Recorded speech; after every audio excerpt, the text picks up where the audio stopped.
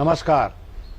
जनहित से जुड़े मामलों को लेकर आज हम फिर मौजूद हैं आप सभी के सामने, और हमेशा की तरह हमारे साथ आज कमलेश गुप्ता जी मौजूद हैं। जैसा कि पूर्व में हम कई बार इनका परिचय दे चुके हैं, आप प्रधान संपादक हैं एक समाचार पत्र के, आप एक उद्योगपति हैं, एक विचारक हैं, एक चिंतक हैं, और इनसे जब बात होती है तो अनेक मुद्दों पर होती है। आज हमने मुद्दा चुना है राष्ट्रपति का अभिभाषण, और उस पर धन्यवाद प्रस्ताव में संसद में जो दृश्य उपस्थित हुआ वो सब हम वार्ता का विषय लेंगे। शुरुआत करते हैं कमलेश जी को स्वागत के साथ। कमलेश जी का स्वागत है कार्यक्रम में। और हम पहले सवाल में आपसे ये अपेक्षा करते हैं कि जो सांसद हैं वेस्ट बंगाल की महुआ मोइत्रा, उन्होंने राष्ट्रपति के जो धन्यवाद प्रस्ताव में जो भाषण दिया है उसमें चीफ जस्टिस जो पूर्व हम यहाँ भारत के रहे हैं रंजन गोगोई साहब, उनके बारे में उनका कहना है कि उन पर सेक्सुअल हरेसमेंट के आरोप थे, उन्होंने सुनवाई की, उन्होंने फैसला कर दिया। ये किस वो चली गई राजनीति देश की?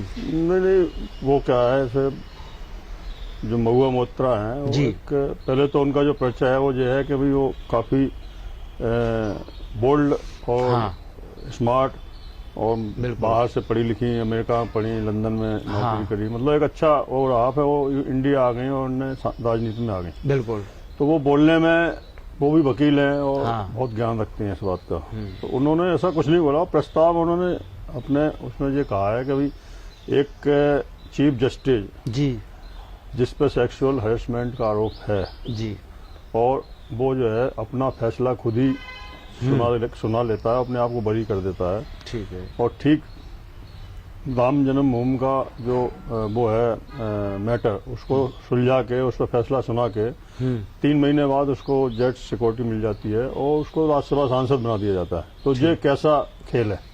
उन्होंने इस बात को उतारा तो कई सांसदों ने, राजस्थान के सांसद हैं, मेरा नाम ध्यान नहीं, तो उन्होंने कहा कि भाई चीफ जस्टिस पे एक चीफ, मतलब उन्होंने काफी उसको इस तरह से कहा कि एक चीफ जस्टिस पे सेक्सुअल हरेसमेंट का सर माननीय अध्यक्ष जी ये क्या हो रहा है? एक चीफ जस्टिस पे जो राष्ट्रपति द्वारा चुना गया होता है। तो भाई मैंने भी सुना तो मैंने सोचा यार ऐसा क्या है, चीफ जस्टिस क्या इंसान नहीं है क्या? चीफ जस्टिस आकर्षित नहीं हो सकता किसी महिला की तरफ? क्या चीफ जस्टिस को कोई फ्रेम में नहीं रख सकता? चलो मान लेते हैं कि उस पर जो आरोप है वो गलत भी हो सकते हैं, किसी फंसाया जा सकता है किसी के द्वारा, लेकिन वो भी तो उसकी जांच होनी चाहिए ना। उसमें बुराई क्या है? जब राष्ट्रपति क्लिंटन थे अमेरिका के, मोनिका लेविन्स्की एक बिल्कुल बहुत बड़ा मुद्दा कार्यालय में वो काम करती थी। बिल्कुल वो भी आकृष्ट हो गए तो उसकी तरफ, और उन्होंने उसको सेक्सुअल हरेसमेंट नहीं कर सकते उसको, मतलब एक आम सहमति वाला संबंध था। बाद में उसने उसको ब्लैकमेल कर लिया टाइप का। बिल्कुल। तो वो तो मना ही करते रहे, नहीं साहब मना किया। लेकिन जब उन्होंने देखा कि वो सबूत प्रूफ हमारा नहीं है, क्योंकि जब कोई चीज लड़ी जाती है तो विपक्ष का जो वकील होता है या जो उसकी तरफ से वकील होता है वो उसकी बकिया उधेड़ता है। बिल्कुल कायदे की बात। तो उसमें फिर सामने वाला जब ऐसा केस हुआ होता है उसके साथ, तो फिर वो सिलेंडर हो जाता है। राइट। तो ऐसे ही इनके साथ होता, अगर यदि हुआ अगर जे सामने वाले को मौका देते और खुद अलग हट जाते कि नहीं ये जांच मैं खुद नहीं करूंगा, खुद उसका फैसला नहीं दूंगा, तो एक आदर्श स्थिति सामने वाले को कम से कम एक जस्टिस मिल जाता। बिल्कुल बिल्कुल। गलत होता सही होता जी, बात वो नहीं है जी। अब वो तो सांसद महाराज या जो भी मंत्री थे, मंत्री वहाँ पर राज्यसभा के मंत्री थे बीजेपी पक्ष के, वो सब चिल्लाने लगे। अच्छा। और इस तरह से ऐसे कैसे कह सकती है ये लेडी, इस तरह से इतने बड़े आदमी पे इतने बड़े पद पर? फिर उन्होंने रिपीट वो चुप करा दिया उस समय, फिर उसने रिपीट कहा। अच्छा। तो जब वो रिपीट कह दिया तो फिर और वो हल्ला होने लगा, मतलब। लेकिन इसका जो उनका ये कहना था कि भाई आप को राज्यसभा सांसद बना दिया गया, आपको जेट सिक्योरिटी दे दी गई, बिल्कुल, आपने जो फैसला दिया, तो क्या कोई डील हुई क्या? कोई मतलब एक बिल्कुल बोलने वाली लेडी है, तो जो बोलने वाला है तो वो सच बोलेगा।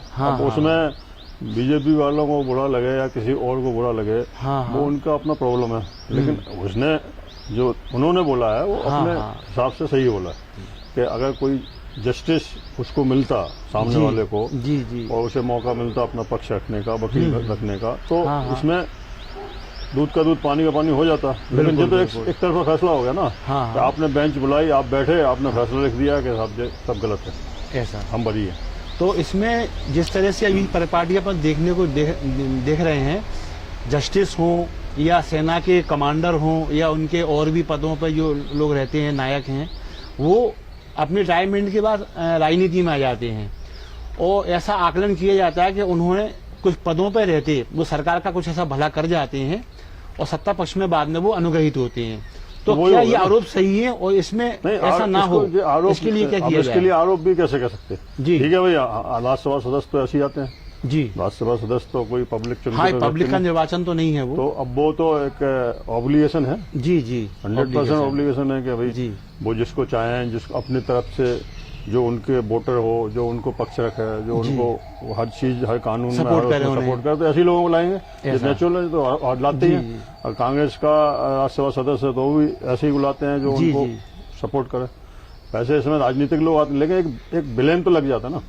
एक चीफ जस्टिस को आपने राज्यसभा सदस्य की सीट दे दी, उसको जेट सिक्योरिटी दे दी जी, तो इसका एक ब्लेम तो लगा ना। ठीक है, उन्होंने राम मंदिर फैसला दिया, वो देश के हित में है या अहित में है, वो एक बात की बात है। ठीक है, वो हम भी हिंदू हैं, हम भी राम को मानते हैं, लेकिन हम हमारा मतलब ऐसा कुछ नहीं है कि भाई वो ऐसा हो जाए कि उसकी वजह से किसी और धर्म के लोगों को प्रॉब्लम हो, तो वो कोई महत्व नहीं रह जाता मानने ना मानने का। तो उसका अभी जो राष्ट्रपति जी ने जो उसके धन्यवाद प्रस्ताव में से कल अखिलेश सिंह यादव बोल रहे थे, हमने सुना। हाँ, तो उन्होंने कहा कि भाई सरकार कह रही है एमएसपी तो पहले यूपी में उत्तर प्रदेश में पहले से ज्यादा एमएसपी इस साल दी गई। ठीक है, इस बार दी गई। इस पक्ष था शासन का? नहीं, इस बार दी गई। हाँ, शासन ने कहा इस बार दी गई। तो अखिलेश सिंह यादव ने कहा, तो जो मुख्यमंत्री रह चुके यूपी के, उन्होंने कहा जो हमारे राष्ट्रपति महोदय हैं, महामहिम राष्ट्रपति हैं जी, क्या वो यूपी के गृह जिले से ही आते हैं? बिल्कुल ठीक, उनका गृह है। हाँ, वो यूपी में तो क्या उनके जिले में एमएसपी दी गई? क्या उन्होंने पता किया इस बात का? ठीक ठीक। तो उस पर सब चिल्लाने लगे कि राष्ट्रपति का काम है क्या? अरे राष्ट्रपति काम नहीं है, लेकिन एक राष्ट्रपति का जो क्षेत्र है, बिल्कुल जो जिला है, वो तो चमन हो जाना चाहिए। बिल्कुल, वहाँ का तो हर आदमी खुशहाल हो जाना चाहिए। प्रधानमंत्री जी भी यूपी से ही आते हैं जी। हाँ जी, इलेक्शन में। और कितने बड़े बड़े नेता आज तक जितने प्रधानमंत्री हुए, उसमें 99% यूपी ने दिए। बिल्कुल, फिर भी यूपी का इतना बुरा हाल है कि वहाँ क्राइम रुक नहीं रहा, बेरोजगारी रुक नहीं रही। बिल्कुल, और जो हिंदू मुस्लिम के प्रकरण है अब बढ़ते जा रहे दिन पे दिन। तो अब वो तो खैर राष्ट्रपति जो बोलता है, मेरे हिसाब से तो उनका एक लिखा हुआ रिपोर्ट होता है, सत्ता का उसको पढ़ते हैं, प्रगति पत्रक होता है, वो पढ़ते हैं बस, वो अपनी तरफ से कुछ बोलते नहीं। उन्हें ये नहीं पता सुना कि जो एमएसपी पे हम बोल रहे हैं, वो एमएसपी हमारे जिले में मिली या नहीं मिली, ये बात कहने सोचने वाली है ना। तो एमएसपी को लेकर जो विवाद है या अभिभाषण में जो एमएसपी का मुद्दा आया, कृषि पे ही आधारित ज्यादातर केंद्र में कृषि बजट ही रहा। एक्चुअली वो इस वजह से आया कि प्रधानमंत्री ने कहा जी कि एमएसपी थी, है और रहेगी। हाँ, तो लोगों ने कहा तो नहीं कानून में नहीं, कानून में है कि एमएसपी हम आपको दे रहे हैं। नहीं है, एमएसपी पे कानून नहीं बना। वो अगर वो कह रहे हैं कि एमएसपी थी, है और रहेगी, तो उस पर कानून क्यों नहीं बना रहे? नहीं, कानून ये मांग करना है कि एमएसपी के नीचे बेचना अपराध हो जाए। अब कानून बना देना उस पर कि भाई अगर अभी क्या होता है, एमएसपी है, अब एमएसपी पे उन्होंने कहा साहब एक किसान का 25 कुंटल गेहूं खरीदा जाएगा। बिल्कुल ठीक। अब किसान तो ठीक है, छोटे आदमी के लिए ठीक है, जिन्हें 2 एकड़ 3 एकड़ जमीन उनका तो बिक गया, लेकिन जिनके पास मान लो 5000 कुंटल पैदावार हो रही है, तो फिर वो कहाँ बेचेंगे? बिल्कुल बिल्कुल। तो एमएसपी का मतलब वो ये चाह रहे हैं, एमएसपी आप एक नीति बने, एमएसपी है और रहेगी, मतलब जो कानून है वो है और रहेगा, तो उसको आप कानून में तब्दील करो ना। और जो 3 नए कानून बनाए हैं, वो एक मेरे हिसाब से या और जो पब्लिक है और जो विपक्ष है सब है, केवल बीजेपी के लोगों को छोड़ दो। अच्छा, जैसे तो कल वो एक राजस्थान के सांसद जिनने बीजेपी छोड़ी है, बिल्कुल एनडीए छोड़ी है, उसमें वो उनका बोल रहे थे वो कि भाई दबे जवान में बीजेपी के लोग भी कहते हैं रट्टा कटा साला, और मैं फ्री हूँ, नहीं तो गांव में किस मुंह से दिखाऊंगा, कैसे जाऊंगा। तो उनने वो चिल्लाने लगे बीजेपी कौन कहता बताओ। अरे अभी कोई नाम थोड़ी होता, हमारे दोस्त नहीं है क्या बीजेपी में? उनके दोस्त बीजेपी में है। जब वो अभी गुलाम नबी आजाद जब विदा हुए, तो मोदी जी रोए, हाँ, और वो भी रोए। हाँ, तो क्या मतलब अब उनका नाम भी बता दें कि साहब फला आदमी कह रहा था, ऐसा थोड़ी होता। अच्छा, संसद में जो दृश्य देखने को लगा, तो बात आ गई है तो कि मोदी जी रोए और नबी रोए, तो लोगों ने इसमें राजनीति तलाशने का प्रयास किया। नहीं, वो कई लोगों ने कहा इस बात को कि साहब ये घड़ियाली आंसू हैं, घड़ियाली आंसू मोदी जी के। तो क्या ये एक जो कहना चाहिए दृष्टिकोण जो बन रहा है, मोदी जी को तो विरोधी मानते ना। हाँ हाँ जो लोगों का कहना है वो मुसलमान विरोधी मानते हैं, जो उनकी एक नीति है राज करने की या हाँ, जो वोट मांगने की नीति है, तो वो तो सीधी सीधी है ऐसा। तो अब वो उसमें लोगों को लगा, कुछ सर्कुलर वैसे लोग होते हैं जो कि जो आंखों के आंसू दिखाए गए हैं वो इसलिए कि वो कल के दिन जो है थोड़ा लोगों को लगे कि तो मुसलमान वोट बैंक की सिंपैथी ना चला जाए मोदी के साथ। नहीं, मुसलमान वोट तो खैर मेरे हिसाब से तो कभी नहीं जा सकता, कभी नहीं जा सकता, चाहे वो कुछ भी हो जाए, नहीं जा सकता। उसकी वजह है कि बीजेपी के खुद लोग भी कई ऐसा मानते हैं कि अभी तो इनको अपने वोट की तकलीफ हो जानी है। अभी तो जो इनके पास मुद्दा है बहुत बड़ा, जो विपक्ष का किसान का हाथ लग गया, किसान का मुद्दा लग गया, विपक्ष हाथ लग गया, बिल्कुल लग गया, मुद्दा किसान का है, पूरा विपक्ष बिल्कुल सारी चीजें भूल गया वो, बिल्कुल पेट्रोल की तेजी भूल गया, महंगाई भूल गया, बिल्कुल सही, सब भूल गया, किसी पे कोई क्वेश्चन नहीं है, बिल्कुल किसी ने भी अभी तक लोकसभा में इतनी सदन में अभी चली है, बिल्कुल नहीं, किसी ने महंगाई के बारे में बात नहीं की अभी। तो अभी तो एक मुद्दा उन्हें मिलाया हुआ है जो बहुत बड़ा मुद्दा है इनके लिए, बीजेपी के लिए। तो चूंकि ये इसलिए बेफिक्र है कि अभी इनका ज्यादा टाइम तो हुआ ही नहीं है, 7 साल हुए मान लो, तो अभी तो चलेगा इनका सिक्का। अच्छा, गुरुद्वारा कमेटी जो श्रोमणी अकाली दल के अलावा वो तो एनडीए छोड़ ही गई, अब जो गुरुद्वारा प्रबंधक कमेटी है उसके रागी ने भी कल कहा कि सरकार को जिद छोड़नी चाहिए, किसानों को भी एक आगे बढ़ना चाहिए, मुद्दा तो बातचीत से निकलेगा। किसान आगे बढ़ने तैयार नहीं ना, और सरकार भी तैयार नहीं, तो फिर मुद्दा सुलझाया कैसे? आप कह रहे हैं कि मैं आपकी कोई पंचायत कराना चाह रहे हैं, आप तो ही तो पंचायत होगी, बिल्कुल ठीक है, अगर आप पंचायत कराना चाह रहे हैं, हम भी पंचायत कराना चाह रहे हैं, लेकिन मुद्दे हमारे वही है, तो पंच क्या करेंगे? मुद्दे दोनों के तय हैं, पंच नहीं मिलेंगे, हमें कृषि कानून वापस चाहिए, वो क्या हम इसमें अमेंडमेंट कर सकते हैं, बिल्कुल अमेंडमेंट चाहिए नहीं हमें, वो पंचायत कौन करेगा, पंचायत कौन करेगा? तो समझ में मतलब वो इसमें तो यही है, अब चलता रहेगा। अब किसान तो बहुत लंबे वो तो 1 साल और बढ़ा दिया उन्होंने अभी तक। वैसे एक बुद्धिजीवी होने के नाते आपका विचार जानना चाहूंगा, उसका हल क्या है, क्या होना चाहिए आखिर?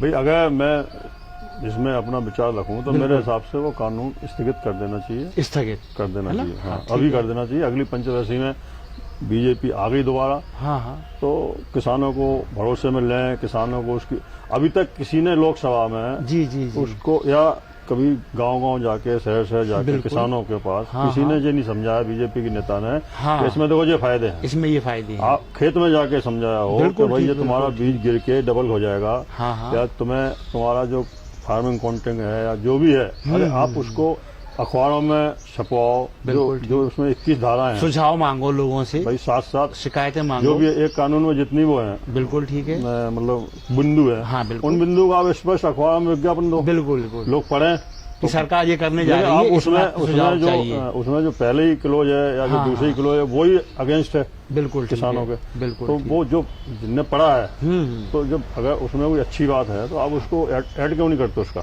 बिल्कुल ठीक है। आप पढ़ना, अभी जैसे शिवराज सिंह पूरे पेज भर के देते हैं अपने यहाँ प्रगति के, तो महिलाओं पे अत्याचार नहीं होने देंगे, ये नहीं करने देंगे, और उसी दिन बलात्कार की 4 खबरें छपी होती हैं, उसी दिन आत्महत्या की खबरें छपी होती हैं, बिल्कुल ठीक, उसी दिन सब चीजें। तो वो एक तरफ तो पैसा खर्ची क्यों कर रहे हैं एडवर्टाइज, आप कह रहे पानी घर नल पहुंचाएंगे गाँव में, अरे गाँव तो छोड़ो, पहले शहर में पहुंचा दो, सही बात, घर नल।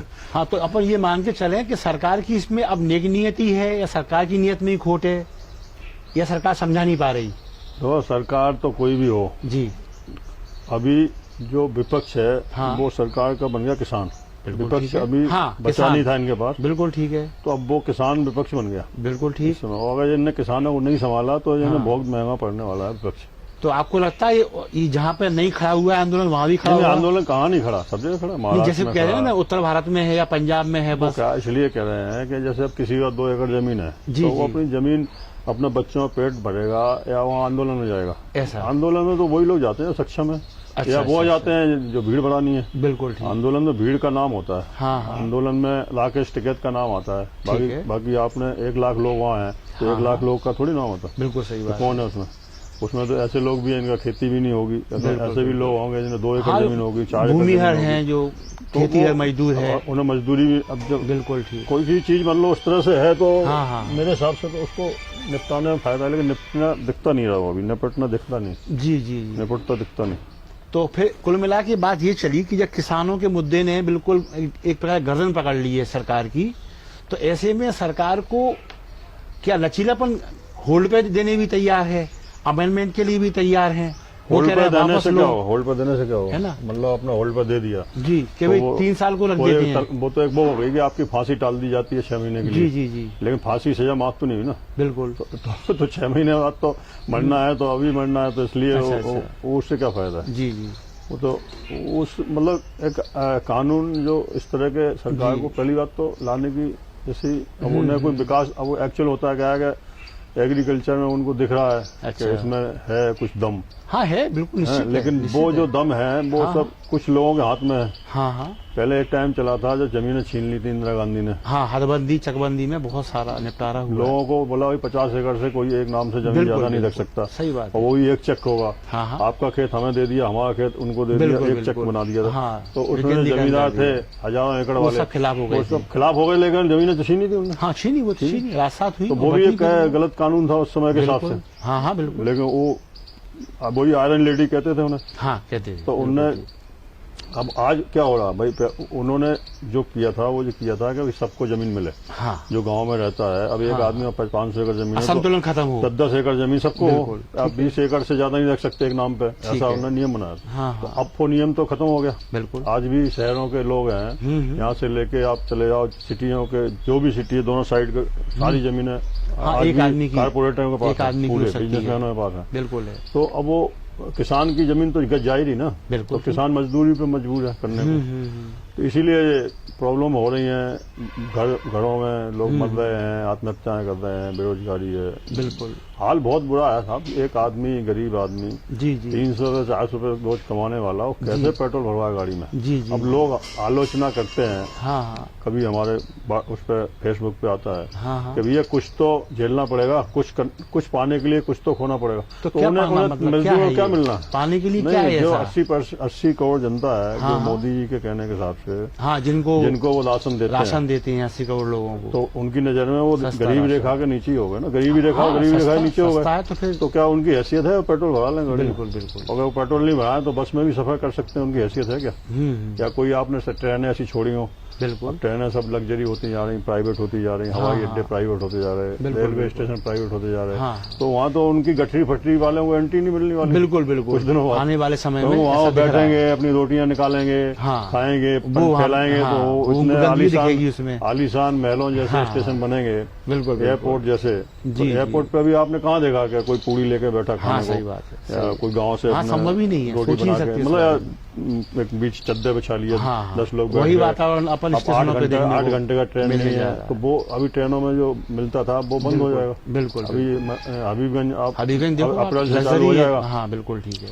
तो पूरा एयर कंडीशन एयरपोर्ट जैसा स्टेशन रहेगा। बिल्कुल। तो वहाँ पे आम आदमी की एंट्री नहीं हो पाएगी। हो सकता है कल के एंट्री शुल्क लग जाए। बिल्कुल। टिकट में जुड़ जाएगा। हबीबगंज से बैठोगे तो आपको 100 रुपए एक्स्ट्रा लगेंगे। बिल्कुल बिल्कुल। संभव नहीं, वो प्राइवेट में दिया है। तो प्राइवेट वाला तो वो तो इनकम के पर्पज से आएगा। 10 मिनट की पार्किंग सेवा नहीं करनी, 10 मिनट की पार्किंग झगड़ा करते हैं। सब गुंडे बैठा रखे हैं पार्किंग में। हाँ हाँ, इस तरह के लोग बैठा रखे हैं कि आपके पास टाइम नहीं पहले तो उनसे बहस करने का। बिल्कुल। आपके साथ फैमिली है या रिलेटिव है, किसी को लेने गए या छोड़ने गए, तो आपको उनके सामने आप नहीं चाहोगे आपसे बहस बेइज्जती हो आपकी। हाँ, क्योंकि वो तो बेइज्जती करने के लिए बैठे। बिल्कुल बिल्कुल। वो तो गाड़ी साइड में खड़ी जब तक खड़ी है देना पड़ेगा। हाँ, वो डाउन है उनका मीटर, तो जितनी बहस करोगे उतना बढ़ता जाएगा। तो वो सब चीजें प्राइवेट कार में होने से आम जनता जो आज भाई हम अपना कैलकुलेशन नहीं करते, हम तो अपने जो हमारे प्रधान सेवक हैं, प्रधानमंत्री हैं, उनके कैलकुलेशन के हिसाब से 80 करोड़ लोग गरीबी हैं देश में, जो कि सरकार के राशन पर जिंदा है। बिल्कुल बिल्कुल, ऐसा उनका कहना है। मतलब उनको राशन मिलता है। उन्होंने खुद कहा, उसी पे जिंदा है, कहा है, ऑन रिकॉर्ड कहा है। अब जब 80 करोड़ लोग हैं तो उन 80 करोड़ लोगों से आप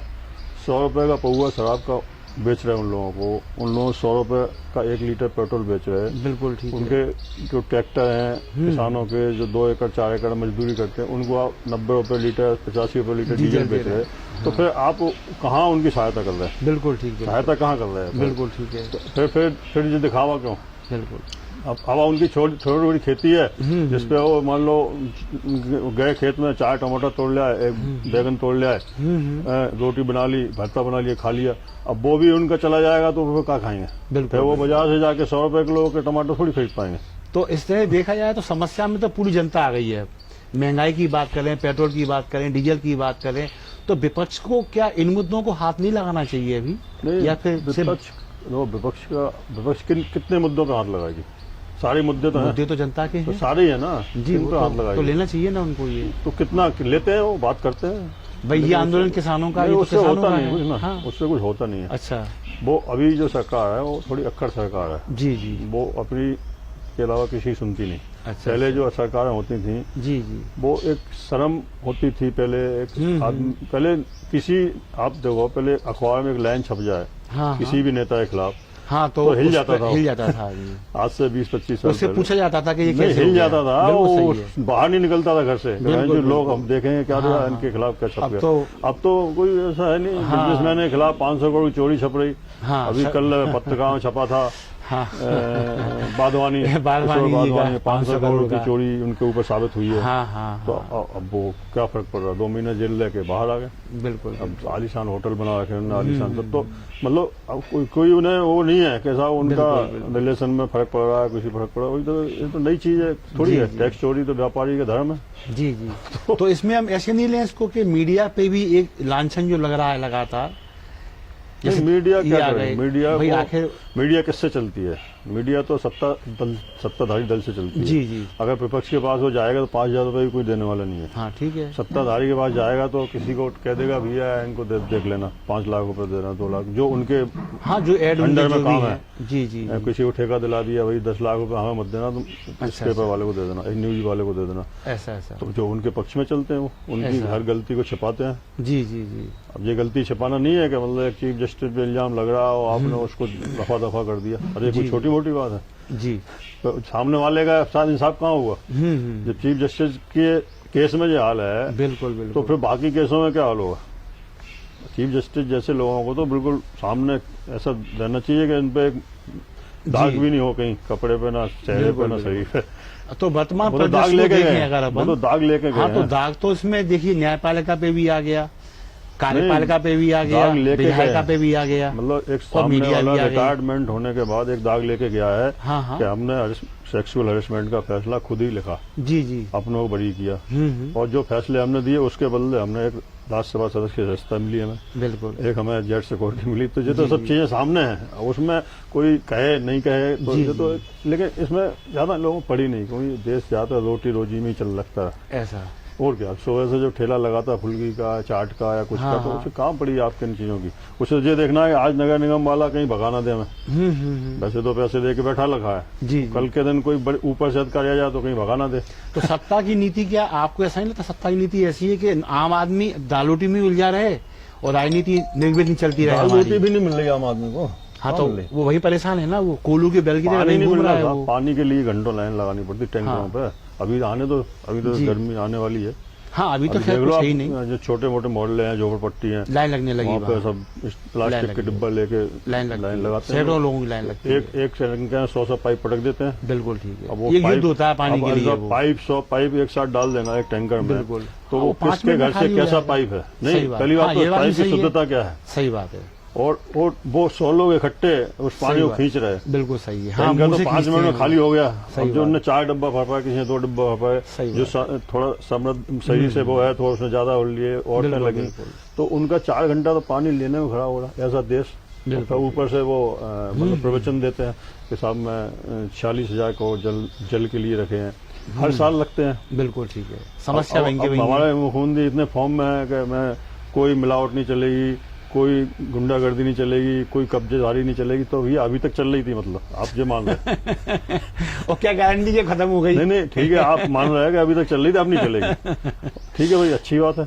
20 साल बाद आपको पता लगा कि हमारे ऐसा भी हो रहा था। अच्छा, कि अब तो वो बात है कि भाई जब अब आप सामने ही देख रहे हैं इस बात को, तो कि हर चीज में हमारे मुख्यमंत्री एक्टिव हो रहे हैं, हर चीज में बिल्कुल गाड़ देंगे, जमीन में खोद देंगे, ये कर देंगे, वो कर देंगे। मेरे को बिल्कुल प्रदेश ऐसा चाहिए, साफ सुथरा। बिल्कुल बिल्कुल। अरे मिलावट यहाँ आदमी में मिलावट है, यहाँ के हर चीजें मिल, शुद्ध पानी आप दे नहीं पा रहे, बात नहीं कर रहे, हवाई जहाज बैठा रहे। अभी लोकसभा का ये आंकड़ा आया है कि अंडर कस्टडी जो मौतें होती हैं उसमें मध्य प्रदेश नंबर 1 है हमारा भारत में। सब में नंबर 1 है, लड़कियों के अपहरण में नंबर 1 है, बलात्कार नंबर 1 है, सब में मध्य प्रदेश। जबकि मध्य भारत का मध्य है, हृदय प्रदेश कहा जाता है, और जिसमें कभी यहाँ पे कुछ होता ही नहीं था। बिल्कुल मैंने देखा 2000 हाँ 90 के दशक तक तो हम नहीं 2002 तक। अच्छा मैं यहाँ पे 97 से आया था, 2002 तक मेरे को ऐसा, 2005 तक भी नहीं देखा कोई। अच्छा